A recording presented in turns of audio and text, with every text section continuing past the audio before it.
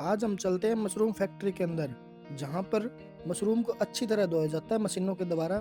उसके बाद इसकी पैकेजिंग की जाती है। कैसे कैसे प्रोसेस होती है, क्यों ख़राब नहीं होती, वो देखेंगे। मशरूम की शुरुआत होती है वेदांता मशरूम प्लांट से, जहाँ पर बहुत बड़े पैमाने पर इसको उगाया जाता है। सबसे पहले जब ये तैयार हो जाती है, उसके बाद हाथों से एक एक पीस इसकी तुड़ाई की जाती है। तुड़ाई करने के बाद तसले के द्वारा इसको इकट्ठा किया जाता है।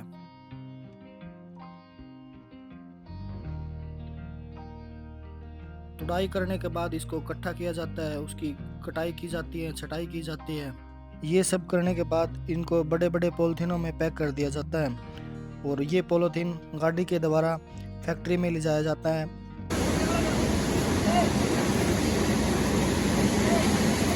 सबसे पहले हम मशरूम की परचेजिंग करते हैं किसानों से। 100 सवा 100 टन पर डे भी परचेज की जा सकती है। हम उसको सैम्पलिंग करते हैं, ए ग्रेड, बी ग्रेड और सी ग्रेड।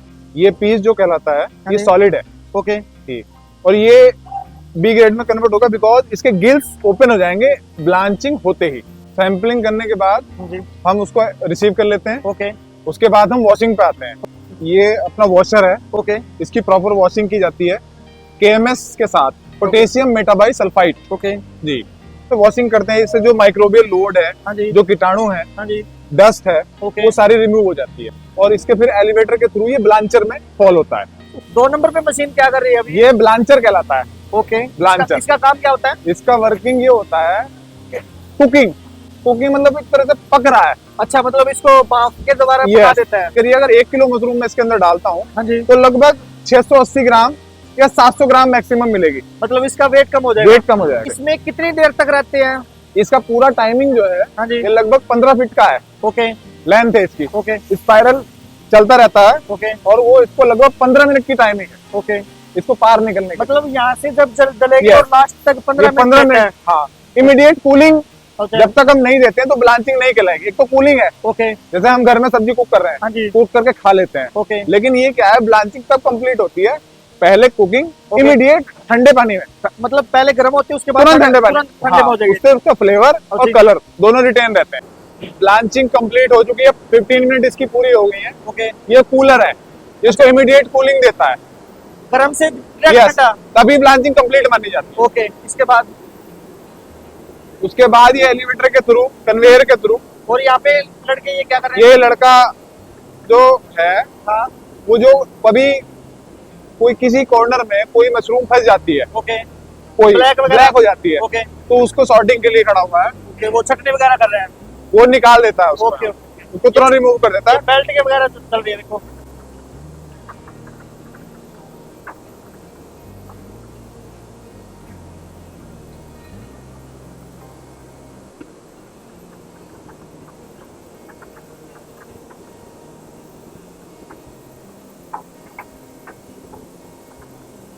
ये क्या चल रहा है यहाँ से यहाँ पे? ये ग्रेडर है, ओके। इसका काम क्या होता है? इसको ग्रेडिंग कर देता है। सपोज करिए 18 mm का पीस है, हाँ जी, हाँ जी। ये 18 mm यहाँ पे निकल जाएगा, ओके। नेक्स्ट 22 mm है, ओके। 26 mm है, ओके। 32 mm है, ओके। 32 से फिर अबव तंदूर में कन्वर्ट हो जाता है, ओके। तो ये ग्रेडिंग वाइज ट्रॉली लगी हुई। ये क्वीन कहलाता है, तो छोटा जो पीस होता है क्वीन कहलाता है, ओके। ये रेगुलर कहलाता है, ओके। ये प्रीमियम कहलाता है, ओके। और ये जो पानी डल रहा है ये कैसे है? पानी में इसलिए डिप करके रखा जाता है, ओके, जिससे ऑक्सीडाइज ना हो, ऑक्सीडेशन ना हो, कलर मेंटेन रहे, okay. Colour as it is रहे इसका, ठीक है। सबसे हाई रेट ये होती है जी? सबसे हाई रेट किसका? ये होता है, ये होता है हाई रेट, हाँ बिल्कुल प्रीमियम, ऑब्वियसली प्रीमियम और तंदूर। ये तंदूर है, ये अच्छा। सबसे मोटा ये होता है, ये बिल्कुल 55 से 60 mm का पीस है, ओके। हाँ, जो मशरूम में तंदूर टिक्का वगैरह लेते हैं, हाँ जी, वो इसी का। मतलब इसका रेट क्या होता है? इसका और प्रीमियम से भी ज्यादा है। तो ये जो कर रहे हो आप, जैसे ये यहाँ से छटनी होते हैं तो पैकिंग भी अलग अलग होता है सभी का? सबका पैकिंग अलग, ओके। और इसके बाद क्या काम होता है? हाँ सर, ये क्या प्रोसेसिंग हो रही है अभी? ये अभी जो ग्रेडेड मटेरियल है, जो ग्रेड होके आया है वहां से, ओके, कंप्लीट यहाँ पे फिलिंग हो रही है। अच्छा, ये प्रीमियम वेरायटी भरी जाती है, ओके, ठीक है। एक कैन में लगभग 30 से 40 पीस होते हैं, ओके, हाँ। अच्छा, मतलब यहाँ से फिर इसका वेट किया जाएगा? जिसका वेट किया जाएगा, ओके। जितना हमको जो ड्रेन वेट होता है, ओके, जो कंज्यूमर को मिलना चाहिए, सपोज करिए 400 ग्राम है, ओके, उसके अकॉर्डिंग इसको फिल कर दिया जाता है, ठीक है।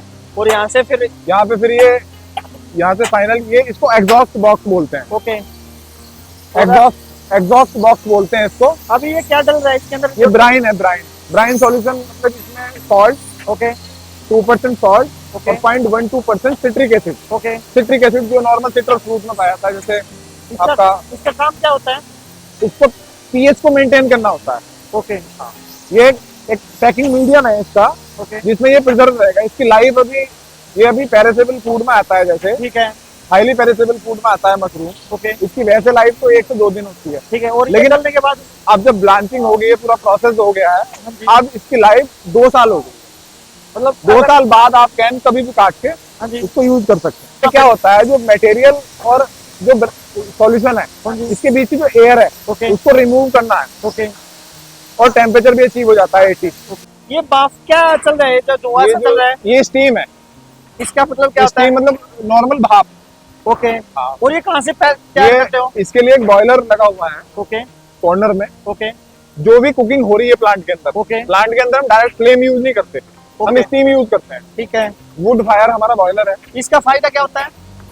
इसका फायदा ये तो, एक तो एफिशिएंसी ज्यादा होती है, और हम डायरेक्ट फ्लेम फूड को नहीं दे सकते ना। ओके, और नुकसान नहीं होता इससे? नहीं, ओके नुकसान कुछ नहीं है। ओके, हम डायरेक्ट इसमें फायर तो लगा ही नहीं सकते कहीं हाँ जी, भी। हाँ जी। स्टीम के थ्रू स्टीम छोड़ दी जाती है, हमें ओके। कुक करना है। कोई भी हीटिंग मीडियम चाहिए, और इसका अगर टेम्परेचर कम ज्यादा करना तो इसका हो सब जाता कुछ कंट्रोल में है। है?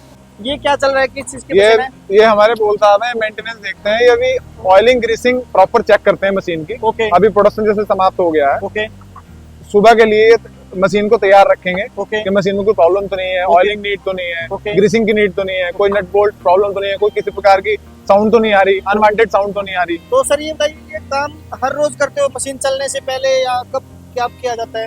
इसमें ऐसा क्या है कि हम रात में ही इसकी ऑयलिंग और ग्रीसिंग करके, इसलिए कि हमारे जो पार्ट्स हैं ओके वो अच्छी तरह काम करते रहें, ओके और कोई पार्ट्स वगैरह हमारे जाम ना हो पाए, ताकि हमारा सुबह काम में कोई खलल ना पड़े। हम इसे सुबह चेक इसलिए करते हैं ओके कि हमारे कैन में कोई फाल्ट नहीं है। ओके तो कैन काट के उसका सिम लेन, बॉडी हो, कवर हो, ओके ये वगैरह सारा चेक करते हैं।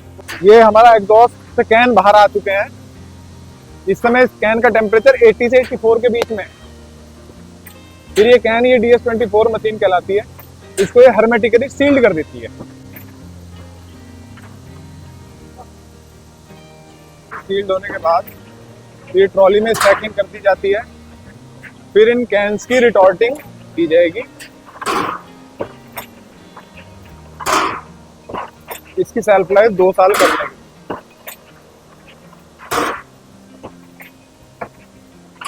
इस प्रोसेस को हम स्टरलाइजेशन बोलते हैं।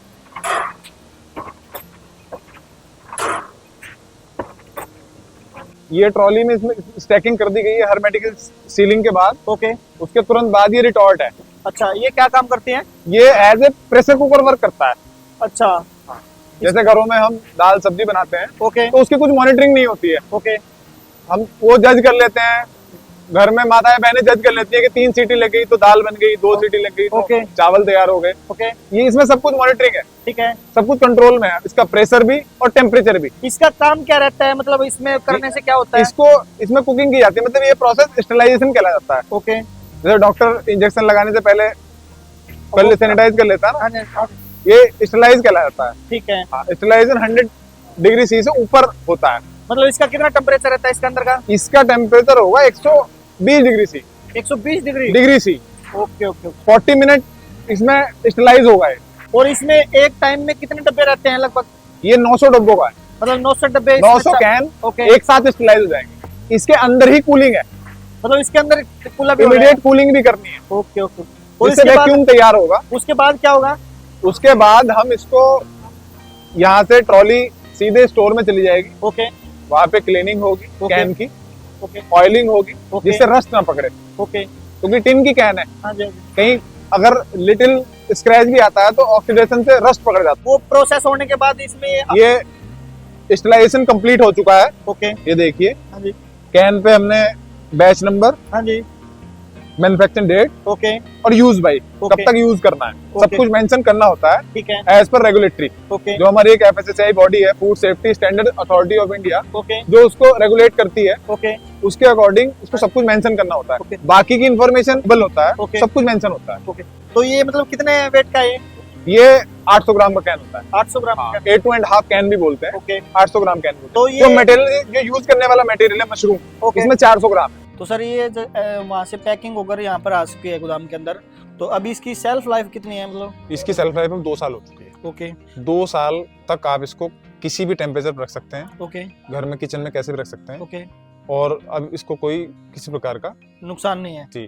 प्रोसेसिंग के तुरंत बाद कुछ कैन्स जो एक बैच बना दिया था, एक लॉट बना नंबर दिया था, ओके उसकी कुछ कैन्स इंक्यूबेटर में रखी दी जाती हैं स्पेसिफिक टेम्परेचर पे, 37 और 55 पे। ओके वो इसलिए चेक की जाती हैं कि कोई किसी प्रकार का कोई माइक्रोब, ओके कोई कीटाणु, ओके मैं बात करता हूँ, ओके वो उसमें रह तो नहीं गया है। ओके तो अगर कुछ उसका 7 डेज 10 डेज पे अगर कुछ कैन में कोई प्रॉब्लम होती है, कोई बल्जिंग होती है, कोई पफिंग होती है, ओके तो उस लॉट को होल्ड कर दिया जाता है इमीडिएट। Okay okay. हम इस मटेरियल को आफ्टर 10 डेज ही डिस्पैच कर सकते हैं। मतलब आप जैसे आज किया है तो ये अलग है, ये बैच है। 10 डेज बाद ही रिलीज होगा, डिस्पैच होगा ओके ओके ओके। मिनिमम। तो सर ये बताइए, जो आप ये पैकेजिंग वगैरह करते हो मशरूम की, जी। तो इसमें किसानों का क्या फायदा? आप कैसे लेते हो किसानों से, या फिर आप लेके आते हो, या दुकानदार से लेके आते हो, मंडी से लेके आते हो? देखिए, क्या प्रोसेस रहता है आपका? हम किसानों से डायरेक्ट मशरूम खरीदते हैं, मतलब किसान ने सीधा डायरेक्ट तोड़ा और आपके पास ले आया? सीधे ओके, अनवॉश्ड, ठीक है। सीधे पॉली में फिल किया, ओके। 10 केजी या 15 केजी, ओके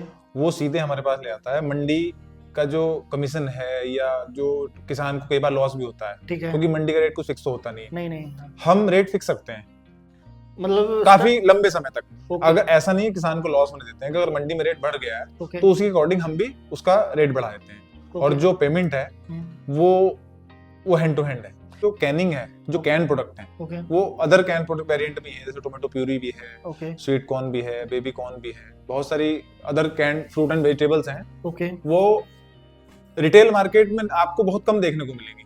ओके ज्यादातर आपको कन्फेक्शनरी या होटल एंड रेस्टोरेंट चेन में, जैसे आप कभी ऑड आवर में या कभी किसी भी टाइम आपको होटल में जाते हो, आपको मशरूम टिक्का खाना है या मशरूम की सब्जी खानी है, ओके, तो कोई जरूरी नहीं है कि वहाँ उस होटल या रेस्टोरेंट में किसी अच्छी चेन में कोई फ्रेश हो। यस यस, ये वो डेली उन्होंने परचेजिंग करनी है, ओके। वो कैन प्रोडक्ट रखते हैं। एक सीजन भी होता है कि इसका 3-4 महीने सीजन होता है, उसके बिल्कुल। बगैर जो पैकिंग का यूज होता है। बिल्कुल। तो सर थोड़ा ये और बताइए कि ये इंडिया में देते हो या बाहर भी चलता है? मतलब इंडिया में ज्यादा यूज होता है या बाहर ज्यादा यूज होता है?